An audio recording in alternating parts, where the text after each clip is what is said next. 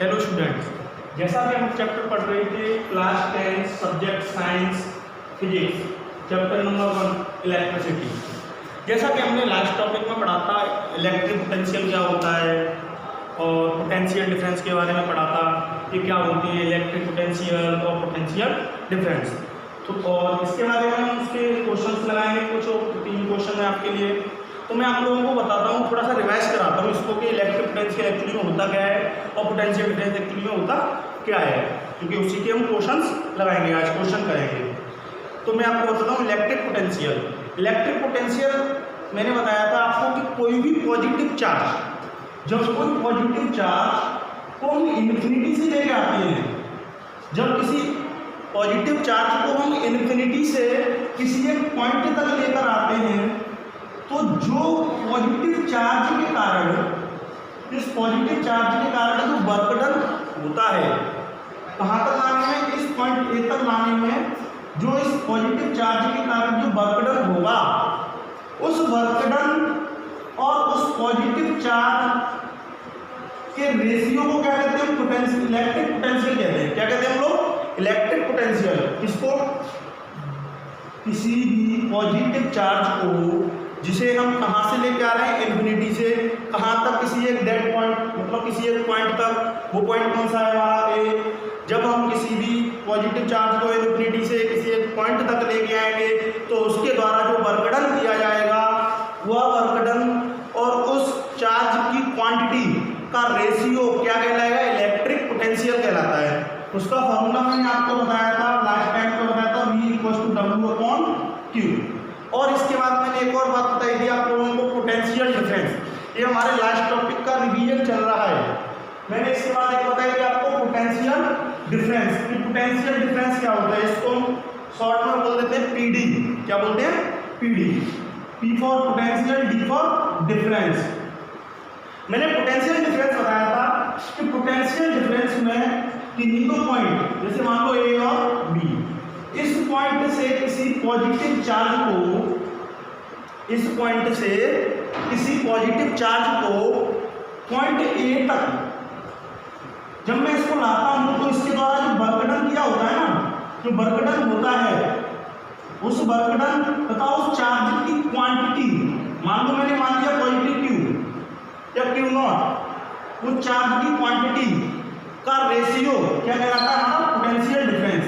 अब उसको मैं डेल्टा बी से रिप्रेजेंट कर देता हूँ, क्योंकि दोनों का डिफरेंस। अब पोटेंशियल डिफरेंस इस पॉइंट से इस पॉइंट तक इसको लाया जा रहा है। जब इस पॉइंट तक ले गया है तो बी ए माइनस बी बी, ये क्या होगा आपका डेल्टा बी। तो डेल्टा बी को हम क्या लिख सकते हैं, बी ए माइनस के बी बी, बी बोलते हैं पोटेंशियल। अच्छा, पोटेंशियल डिफरेंस को हम रिप्रेजेंट करते हैं बी से। सिंबल क्या होता है इसका, बी। इसका ऐसा यूनिट होती है, वो होती है क्या, वोल्ट। पोटेंशियल डिफरेंस की ऐसा यूनिट होती है वोल्ट। अच्छा, इसको मेजर करने का जो इंस्ट्रूमेंट होता है वो होता है हमारा वोल्टमीटर। क्या होता है, वोल्टमीटर।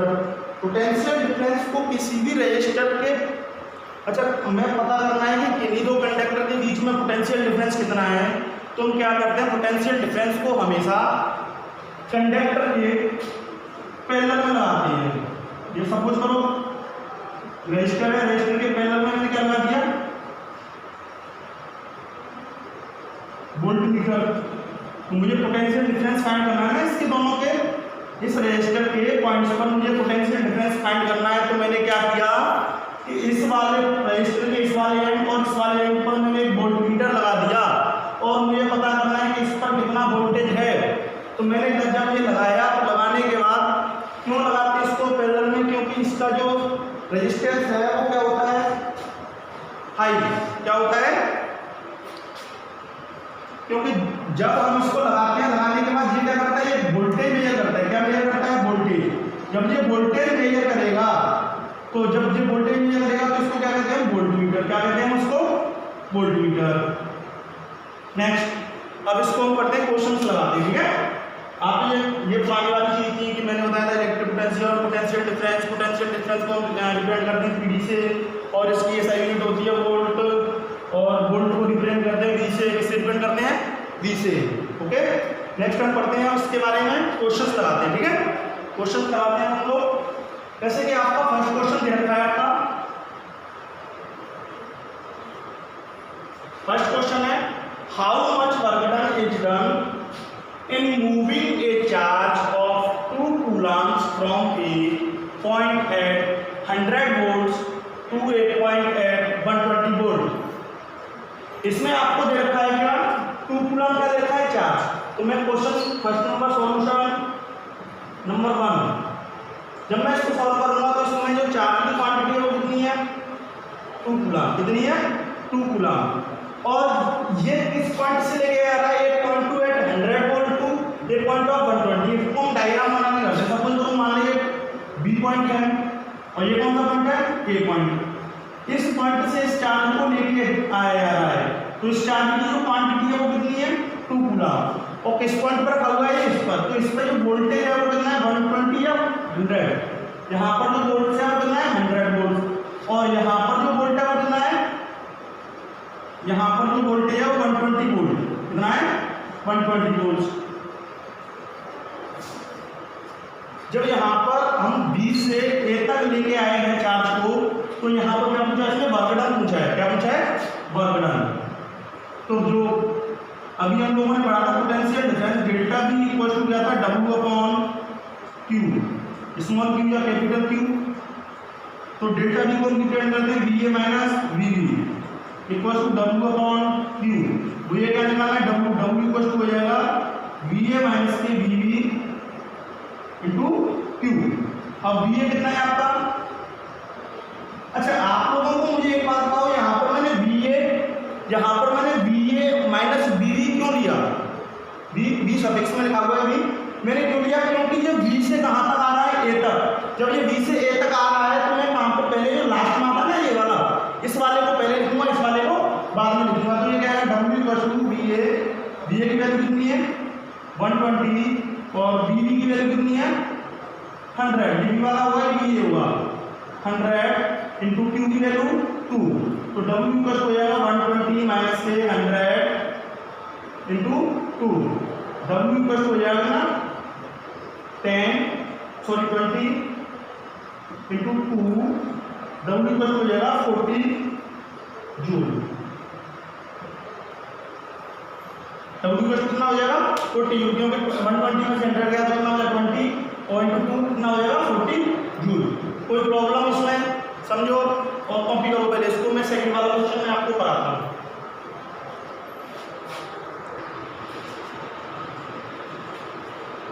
आप लोगों ने नोट कर लिया होगा, कुछ नहीं करना। क्वेश्चन नंबर 2, क्वेश्चन नंबर 2 देखते हैं, how much energy is given to each coulomb of charge passing through a 10 volt battery. इसमें क्या कहा गया है आप लोगों को कि ये आपके लिए है ना, हाउ मच एनर्जी कितनी एनर्जी मिलती है, मतलब 1 कूलम, मतलब 1 कूलम। तो चार्ज की यहाँ पर क्वांटिटी कितनी है, Q इक्वल टू है 1 कूलम। Q इक्वल टू कितना है, 1 coulomb passing through a 10 volt battery. Simple सी बात, यहाँ पर वोल्टेज है वो कितना है आपका, 10 वोल्ट। ये कितना है आपका, कैपिटल B 10 वोल्ट। यहाँ पर आपको क्या निकालना है, W क्या निकालना है, W ही एक एनर्जी होता है। W ये क्या होता है, वर्क डन, ये क्या है, एनर्जी। ठीक है, 9th क्लास में पढ़ा हुआ वर्क डन, ये ability to work, energy work done ability to do work is called energy. ठीक है, तो W इक्वल क्या होगा, यहाँ पर W इक्वल फाइंड करना है तो V इक्वल होता है W upon Q। W equal to V into Q। W equal क्या होगा, V इंटू Q। V कितना है आपका, 10 वोल्ट। V कितना है, 10 वोल्ट और Q कितना है, 1 कूलम। तो यहाँ से वर्क डन कितना आएगा आपका, 10 जूल। कोई प्रॉब्लम बेटा इसमें। मैंने अभी आप लोगों को बताया था कि वोल्ट मीटर को हमेशा कंडक्टर के किसमें लगाया जाता है, पैरेलल में। ये सपोज करो कंडक्टर, ये क्या है, कंडक्टर।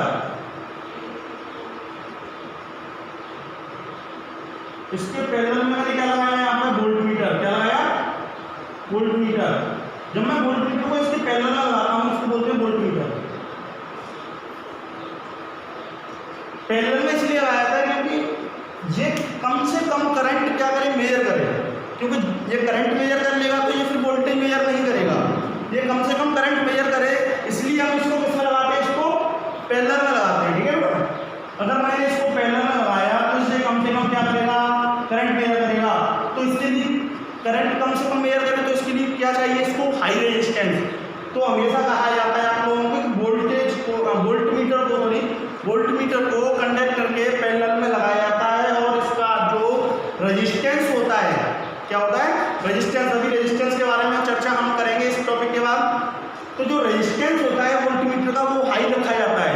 हाई इसलिए रखा जाता है क्योंकि वो कम से कम करंट मेजर करे। अब जब वो करंट कम से कम करंट मेजर करेगा, जब कम से कम क्या करेगा, करंट मेजर करेगा, तो वो वोल्टेज की पूरी क्वांटिटी आपको बताएगा कि कितने वोल्टेज शो कर रहा है, कितने वोल्टेज शो नहीं कर रहा है। क्वेश्चन नंबर हम 3 देखते हैं। अब क्वेश्चन नंबर 3 में क्या कर रहा है, calculate the amount of work done in bringing a point charge of 8 micro coulomb from point A to B in electric potential R2 volt and 4 volt respectively at 1 एंड B।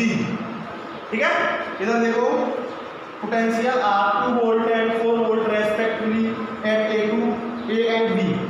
तो A पर कितना रखा हुआ है 2 वोल्ट और B पर कितना रखा हुआ है 4 वोल्ट। इसलिए यहाँ तक तो समझ में आता है आप लोगों को। 8 माइक्रो कूलम क्या है इसका चार्ज।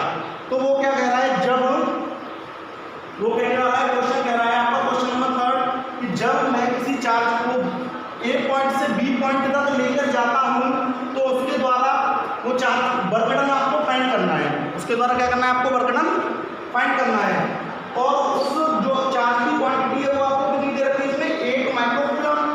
तो क्वेश्चन नंबर 3 देखते हैं कि यहाँ पे जो चार्ज की क्वांटिटी है वो 8 माइक्रो कूलम है। 8 माइक्रो कूलम, माइक्रो साइन ये होता है 8 माइक्रो, इसको आप 8 लिख देते हैं, 8 × 10⁻⁶ कूलम। कोई प्रॉब्लम। और यहाँ पर उसने क्या कर रखा है, A एंड B, मतलब A से कहाँ तक लाया जा रहा है, B तक। ये A और ये B। यहाँ पर B कितना है 2 वोल्ट और B कितना है आपका 4 वोल्ट। B कितना है 4 वोल्ट। जब B कितना है 2 वोल्ट तो B कितना है 4 वोल्ट। दिखाई दे रहा है आप लोगों को। जब मैं इसको क्या निकालना है, वर्क डन निकालना है, तो B इक्वल टू होता है delta B equal to W upon Q। W upon Q होता है डेल्टा B की वैल्यू आपको बताइए क्या लिखते हैं हम। अच्छा, जो जिस पॉइंट से जिस पॉइंट तक जा रहा है, तो जहां पर लास्ट में पहुंचता है वो वोल्टेज पहले लिखते हैं, और जहां पर पहले होता है उसको हम क्या लिखते हैं, डिफरेंस के बाद लिखते हैं। तो V माइनस के B A equal to W upon Q। W equal to होगा V माइनस के B A इंटू क्या हो जाएगा Q। यहाँ तक समझ में आता है। V ये V है, U नहीं है। V माइनस के V A into Q। Q यहाँ पर क्या है, चार्ज, जिसको पॉइंट A से कहाँ तक लाया जा रहा है, B तक। ठीक है, और V क्या है यहाँ पर, पॉइंट A पर पोटेंशियल डिफरेंस। तो पॉइंट A पर वोल्टेज कितने हैं आपके, यहाँ पे इलेक्ट्रिक पोटेंशियल कितना है यहाँ पर 2 वोल्ट, यहाँ पर कितना क्वांटिटी पर 4 वोल्ट। तो यहाँ पर W इक्वल टू हो जाएगा आपका V कितना है आपका 4 वोल्ट माइनस के 2 वोल्ट इंटू 8 × 10⁻⁶ कितना होता है यहाँ से 2 × 10⁻⁶ क्योंकि 4 में से 2 जाएगा 2 बचा। इसको मैं यहाँ पर लिख लूँ 2 इंटू, तो इसको मैं वर्क डन को क्या लिख सकता हूँ 2 × 10⁻⁶ जूल, या फिर आप इसको वर्क डन को ऐसे लिख सकते हो 2 माइक्रो जूल। कोई प्रॉब्लम यहाँ पर। इसके बाकी के क्वेश्चन आप लोग अपनी बुक से लगाइए, आपकी वर्कशीट और उससे लगाइए। ठीक है, नेक्स्ट टॉपिक हम पढ़ते हैं, पहले आप इसको नोट कीजिए।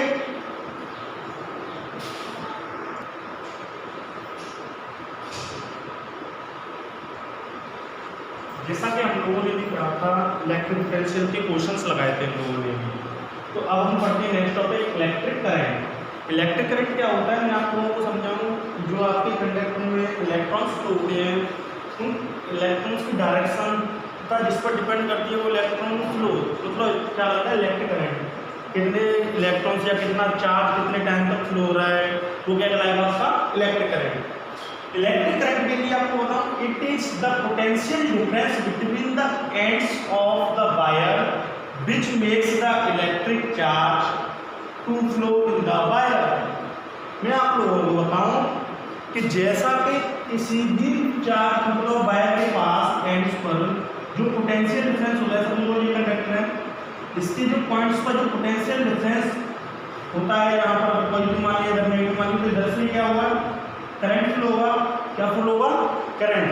तो इस कंडक्टर में जितने इलेक्ट्रॉन्स होंगे उस इलेक्ट्रॉन्स की डायरेक्शन या फिर जो इलेक्ट्रॉन होंगे तो वो किधर मूव करेंगे, वो किधर मूव नहीं करेंगे, वो किधर करेंगे भी इलेक्ट्रिक करंट में। ठीक है, मैं अभी इसके बारे में थोड़ा आपको बताता हूँ, डायग्राम बना के बताऊँगा अभी नेक्स्ट अभी वीडियो में, इसी वीडियो में भी मैं आपको डायग्राम बना के बताऊँगा। तो अभी पहले इसको समझ लो केवल कि it is the potential difference between the ends of the wire which makes the electric charge or current to flow in the wire। किसी भी वायर के एंड्स पर कोनों पर क्या लगा हुआ है, पोटेंशियल डिफरेंस है, वो उसमें क्या कर रहा है करंट फ्लो कराने की कोशिश कर रहा है। करंट फ्लो मतलब करंट फ्लो करा रहा है या इलेक्ट्रिक जनरेट कर रहा है, क्या इलेक्ट्रिक चार्ज, तो उसमें वायर में क्या जनरेट फ्लो होगा इलेक्ट्रिक करंट। कोई प्रॉब्लम बेटा?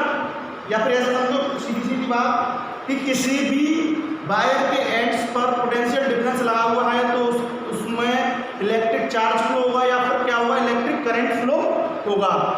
उसके बाद सेकंड पॉइंट आता है इसका the electric current is a flow of electric charge for electron in a conductor such as a metal wire. किसी मेटल वायर में जब हम इलेक्ट्रिक चार्ज फ्लो होता है, इलेक्ट्रिक चार्ज का मतलब होता है इलेक्ट्रॉन। मैंने इलेक्ट्रॉन का आपको वैल्यू बताया था कि इलेक्ट्रॉन में कितना कूलम चार्ज होता है 1.16 × 10⁻⁻⁹ कूलम।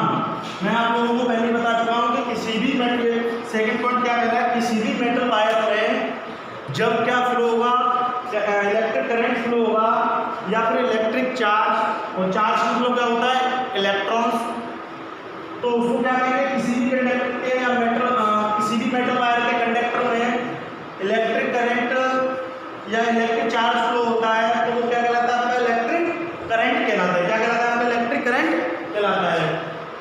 ठीक है, इलेक्ट्रिक करंट इसको रिप्रेजेंट करते हैं, सॉरी आई से रिप्रेजेंट करते हैं, किससे रिप्रेजेंट करते हैं, आई से। आई बराबर क्या होगा Q अपॉन T। मैं आप लोगों को एक और धीरे समझाता हूँ, आप लोगों को धीरे सुनो कि किसी भी मेटल वायर में चार्ज फ्लो हो रहे हैं, कितने टाइम तक हो रहे हैं, मान लो T टाइम तक हो रहे हैं, तो आप ऐसे भी कह सकते हो कि flow of electron per unit time, flow of electron per unit time, या कह सकते हो flow of charge per unit time. ठीक है, तो वो क्या कहलाएगा आपका, क्या कहलाएगा इलेक्ट्रिक करंट। इसको रिप्रेजेंट करते हैं I = Q upon T। I = क्या कहते हैं Q अपॉन T। नेक्स्ट है the SI unit of the electric current is ampere. Electric current की जो SI यूनिट होती है वो क्या होती है, एम्पियर। क्या होती है, ampere. Which is denoted by the letter A। अब इसको हम किससे रिप्रेजेंट करते हैं, लेटर A से। किससे रिप्रेजेंट करते हैं, लेटर A से, कैपिटल लेटर A। अब कोई पूछता है कि सर 1 एम्पियर की डेफिनेशन क्या होती है। 1 एम्पियर की डेफिनेशन कई बार बोर्ड एग्जाम में आ चुकी है। तो 1 एम्पियर क्या होता है, when 1 coulomb of charge flow through any cross section of a conductor in 1 second the electric current flowing through it is said to be 1 ampere। जब किसी मेटल वायर या कंडक्टर में हम 1 कूलम चार्ज 1 सेकंड तक उसमें क्या करते हैं, फ्लो कराते हैं या प्रवाहित कराते हैं या फ्लो कराते हैं, तो उसके द्वारा जो उससे करंट निकलती है, इलेक्ट्रिक करंट निकलती है, वो होती है हमारी क्या 1 एम्पियर। वो क्या होती है हमारी 1 एम्पियर। तो 1 एम्पियर इक्वल टू होगा 1 कूलम अपॉन 1 सेकंड। इसको हम 1 एम्पियर मतलब ए से रिप्रेजेंट करेंगे, कूलम को C से, सेकंड को सेकंड से। अब में ऐसे बोलते हैं हम लोग 1 milli ampere equal to 10⁻³ ampere. 1 milli ampere में कितने एम्पियर होते हैं, 10⁻³ एम्पियर। ये मैंने आप लोगों को भी समझाया था। ठीक है, नोट करो।